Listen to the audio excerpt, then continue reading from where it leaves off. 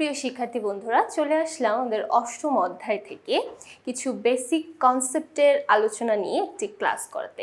তো আজকে আমরা আলোচনা করব, বুঝতেই পারছো, নগদান বই অষ্টম অধ্যায়ে যে গুরুত্বপূর্ণ সংক্ষিপ্ত শব্দগুলো আমরা পুরো অধ্যায়ে দেখতে পাই, যেগুলো বিভিন্ন সময়ে বিভিন্নভাবে আমাদের সামনে চলে এসেছে, কিন্তু বিভিন্ন কনফিউশনের কারণ তৈরি হয়েছে। সেই শব্দগুলো নিয়ে আমরা এখন একটু আলোচনা করব এবং প্রত্যেকটা শব্দ একটু ব্যাখ্যা আকারে পড়ার চেষ্টা করব। তো প্রথমে আমরা দেখতে পাচ্ছি নগদান বই, অর্থাৎ যে বিষয়টা নিয়ে মূলত আমাদের এই অধ্যায়টা তৈরি, সেই নগদান বই বলতে আমরা কি বুঝে থাকি সেটা একটু দেখি। দেখো, নগদান বই বলতে যে সকল লেনদেন দ্বারা নগদ অর্থের প্রাপ্তি এবং প্রদান ঘটে, ওই সকল লেনদেন সমূহকে একত্র করে আমরা যে বই প্রস্তুত করে থাকি তাকেই আমরা সাধারণত বলে থাকি নগদান বই। অর্থাৎ তাহলে আমরা এখান থেকে বুঝতে পারলাম যে নগদান বইয়ের মধ্যে শুধুমাত্র নগদ লেনদেনগুলোই লিপিবদ্ধ হবে, যেটার মাধ্যমে আমাদের নগদ প্রাপ্তি অথবা প্রদান হয়েছে, শুধুমাত্র সেই লেনদেনগুলো দিয়েই আমরা একটা আলাদা বিবরণী বা বই যখন প্রস্তুত করব সেটাকে আমরা বলে থাকি নগদান বই। নগদান বই হিসাবের একটা প্রাথমিক বই। আমরা জানি প্রাথমিক বই বলতে আমরা জাবেদাকে বুঝাই, তার মানে নগদান বই বলতে আমরা এক ধরনের জাবেদাকেই বুঝে থাকি। জাবেদার অন্যতম শাখা নগদান বইয়ে একমাত্র নগদ লেনদেনগুলোই লিপিবদ্ধ করা হয়। তো এটা হচ্ছে জাবেদার একটা শাখা আমরা বলতে পারি, এবং এটার মধ্যে শুধুমাত্র নগদ লেনদেনগুলোকেই লিপিবদ্ধ করা হবে। এবার আসি আমাদের নগদান বইয়ের কিছু প্রকার ভেদে। যেমন প্রথমে আছে একঘরা নগদান বই। সাধারণত যে সকল প্রতিষ্ঠান ব্যাংকের মাধ্যমে কোনোরূপ লেনদেন করে না, শুধুমাত্র নগদ অর্থের বিনিময়ে লেনদেন করে থাকে, তারাই একঘরা নগদান বই সংরক্ষণ করে থাকে। যেমন উদাহরণস্বরূপ আমরা বলতে পারি যে কোনো ধরনের মুদি দোকান, সাধারণত তারা কিন্তু ব্যাংকিং কোনো লেনদেন করে থাকে না, বা ব্যাংকের মাধ্যমে কোনো প্রকার প্রাপ্তি বা প্রদান তাদের হয় না। তাই তারা যদি নগদ অর্থের লেনদেনগুলোকে সংরক্ষণ করতে চায়, তাহলে তারা একঘরা নগদান বই প্রস্তুত করবে। এছাড়াও যাদের নগদ টাকার খুব একটা বেশি অঙ্কের লেনদেন হয় না, খুবই ছোট ছোট অঙ্কের লেনদেন হয়, বা ব্যাংকিং লেনদেন যাদের একদমই প্রয়োজন পড়ে না, তারাও চাইলে এই একঘরা নগদান বই প্রস্তুত করতে পারে। তারপর চলে আসি দুই ঘরা নগদান বই। যে সকল প্রতিষ্ঠানে নগদ অর্থ লেনদেনের পাশাপাশি ব্যাংকের মাধ্যমে লেনদেন সম্পন্ন হয়, অর্থাৎ যারা নগদ অর্থের লেনদেনও করে, আবার কিছু ব্যাংকিং লেনদেনও তাদের প্রয়োজন পড়ে। যেমন বিভিন্ন ধরনের শিল্প প্রতিষ্ঠান বা উৎপাদন রিলেটেড যে সকল প্রতিষ্ঠান আছে, তাদের মূলত ব্যাংকিং লেনদেনগুলো হয়ে থাকে। ওই সকল প্রতিষ্ঠানে নগদ অর্থ এবং ব্যাংক সংশ্লিষ্ট লেনদেন একত্রে লিপিবদ্ধকরণের জন্য দুই ঘরা নগদান বই প্রস্তুত করা হয়। তার মানে নগদান বইয়ের মধ্যে আমরা একসাথে নগদ লেনদেন এবং ব্যাংকিং লেনদেনও কিন্তু লিপিবদ্ধ করে থাকি। এবার আসি আমরা একটু কন্ট্রা দাখিলা বা কন্ট্রা এন্ট্রি নিয়ে কথা বলি, যেটাকে আমরা সাধারণত বলে থাকি বিপরীত দাখিলা। তাহলে বিপরীত দাখিলা কোনটাকে বলা হয়? যে সকল লেনদেনের ফলে নগদান হিসাব এবং ব্যাংক হিসাব দুইটি একসঙ্গে প্রভাবিত হয়, ওই সকল লেনদেন সমূহকে সাধারণত আমরা কন্ট্রা দাখিলা বা বিপরীত দাখিলা বলে থাকি। নগদান এবং ব্যাংক উভয়ই সম্পদ শ্রেণীর হিসাব, তাই নির্দিষ্ট লেনদেনের দ্বারা একটি হিসাব ডেবিট এবং অপরটি ক্রেডিট হবে।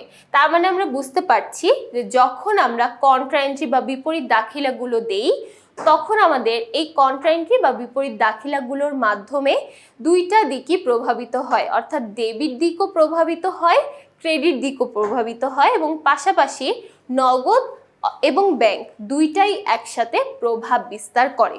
এই ধরনের লেনদেনগুলোকেই সাধারণত আমরা কন্ট্রা এন্ট্রি বলে থাকি, এবং উভয় দিকে পোস্টিংয়ের হিসাব দুইটির পাশে সি অথবা ক লিখতে হয়। যেহেতু এটা কন্ট্রা এন্ট্রি, এটাকে আলাদা বোঝানোর জন্য আমরা সি অথবা ক লিখে থাকি। এটাকে আলাদা বোঝানোর জন্যই মূলত এই অক্ষরগুলো লেখা হয়। এরপর চলে আসি 3 ঘরা নগদান বই। 3 ঘরা নগদান বই কিন্তু নগদান বইয়েরই আরেকটা অংশ আমরা বলতে পারি।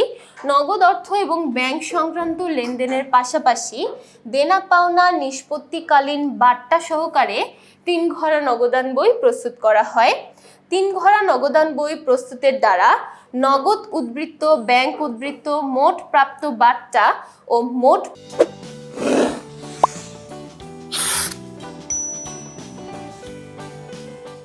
প্রদত্ত বার্তা চিহ্নিত করা যেতে পারে। তাহলে দেখো 3 ঘরা নগদান বইয়ের মধ্যে আমরা নগদ টাকা নিয়ে আসি, ব্যাংকের টাকা নিয়ে আসি, আবার এখানে আমরা প্রাপ্ত বা প্রদত্ত বার্তার পরিমাণটাকেও উল্লেখ করে থাকি। এই জন্য এখানে নাম হয়েছে 3 ঘরা নগদান বই, কারণ এখানে 3টা টাকার ঘর উল্লেখ করা থাকে। এরপর চলে আসি খুচরা নগদান বই। খুচরা নগদান বইও কিন্তু নগদান বইয়ের একটা পার্ট। তার মানে আমরা এখান থেকে বুঝতে পারলাম আমাদের নগদান বইকে আমরা 4টা ভাগে ভাগ করতে পারি। একটা হলো 1 ঘরা নগদান বই, 2 ঘরা নগদান বই, 3 ঘরা নগদান বই এবং সবার শেষে আছে খুচরা নগদান বই। এই 4টা ভাগে আমরা নগদান বইগুলোকে ভাগ করতে পারি। এবার তাহলে আমরা একটু দেখি খুচরা নগদান বই কোনটাকে বলা হয়। এটাকে আমরা সাধারণত পেটি ক্যাশ বুক বলে থাকি। পেটি ক্যাশ অর্থাৎ খুচরা নগদান।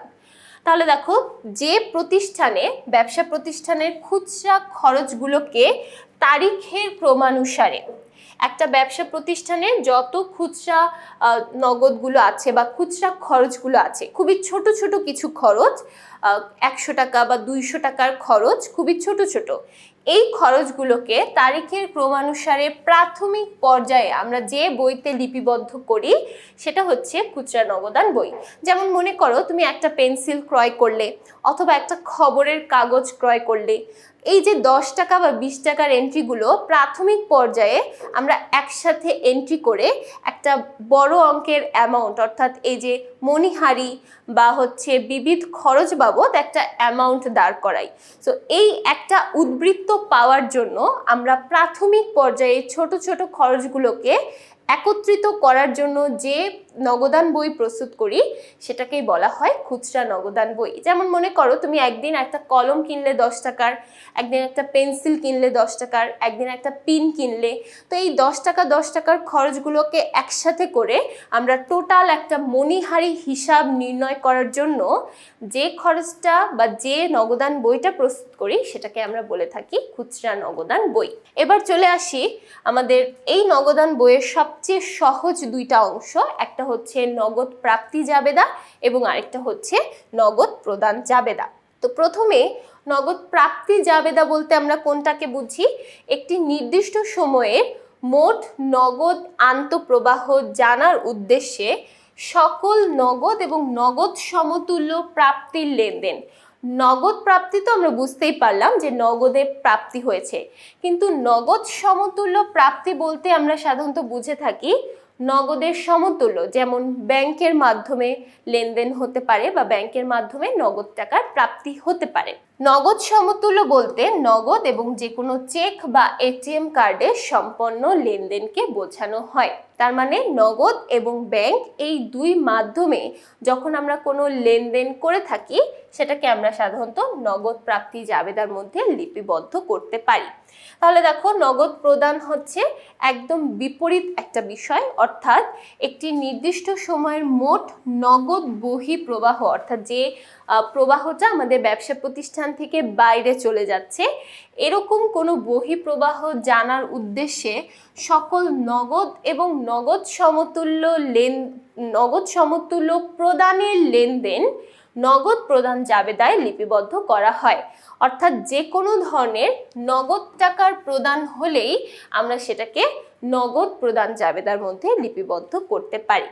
এবার তাহলে আমরা একটু দেখি নগদ এবং নগদ সমতুল্য প্রদান বলতে আমরা কি বুঝে থাকি, এটাকে আমরা আলাদাভাবে দেখাচ্ছি। নগদ এবং নগদ সমতুল্য বলতে বোঝানো হয় চেকে অথবা এটিএম কার্ডের মাধ্যমে। তার মানে মূলত আমরা যদি ব্যাংকের মাধ্যমে কোনো লেনদেন করে থাকি সেটাকে আমরা নগদ সমতুল্য লেনদেন বলতে পারি। এবার দেখে নিই ব্যাংক বিবরণী বলতে কি বোঝানো হয়। আমানতকারীর ব্যাংক হিসাবের পূর্ণ বিবরণ উল্লেখ করে ব্যাংক যে বিবরণী প্রস্তুত করে তাই হচ্ছে ব্যাংক বিবরণী।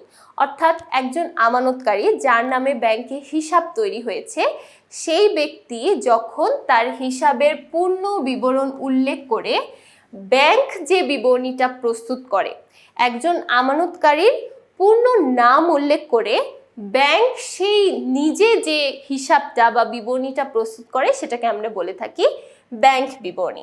এবার আসো তাহলে ব্যাংক সমন্বয় বিবরণী বলতে আমরা কি বুঝে থাকি। ব্যাংক বিবরণীর উদ্বৃত্ত অর্থাৎ ব্যাংক যে বিবরণীটা প্রস্তুত করছে এবং আমরা নগদান বইয়ের মধ্যে যে বিবরণটা প্রস্তুত করলাম, এই দুইটা বইয়ের মধ্যে যে গড়মিল দেখা দেয়, উদ্বৃত্তের যে গড়মিলটা দেখা দেয়, সেই গড়মিলগুলো চিহ্নিত করা এবং সেটা মিল করার জন্য আমরা যে বই প্রস্তুত করি বা বিবরণী প্রস্তুত করি সেটাকে আমরা বলে থাকি ব্যাংক সমন্বয় বিবরণী। তাহলে ব্যাংকের একটা উদ্বৃত্ত তৈরি হলো, আমাদের নগদান বইয়ের একটা উদ্বৃত্ত তৈরি হলো, দুইটা দুই রকমের উদ্বৃত্ত হয়ে গেল। এই যে দুইটার মধ্যে যে গড়মিল তৈরি হয়েছে, গড়মিলগুলোকে মিল বা সংশোধন করার জন্য আমরা যে বিবরণী প্রস্তুত করি সেটাকে বলে থাকি ব্যাংক সমন্বয় বিবরণী। তারপর দেখতে পাচ্ছি আমানতকারী, অর্থাৎ আমানতকারী কারা? যে ব্যক্তি বা প্রতিষ্ঠান ব্যাংকে হিসাব খোলে, যারা ব্যাংকে হিসাব খোলে তাদেরকে আমরা বলে থাকি আমানতকারী। তাহলে দেখো এখানে আমরা নগদান বই এবং নগদান বই সংক্রান্ত কিছু শব্দ, যে শব্দগুলো আমরা সাধারণত নগদান বই প্রস্তুত করার সময় বিভিন্নভাবে পেয়ে থাকি, সেই কিছু শব্দ নিয়ে আমরা আলোচনা করলাম। আশা করছি প্রত্যেকটা কনসেপ্ট সবাই খুব ভালোভাবে বুঝতে পেরেছি। সো পরবর্তী পর্বগুলো দেখার জন্য সবাইকে আমন্ত্রণ জানিয়ে আজকে এখানেই শেষ করছি। সবাই ভালো থাকবে, সুস্থ থাকবে, ধন্যবাদ।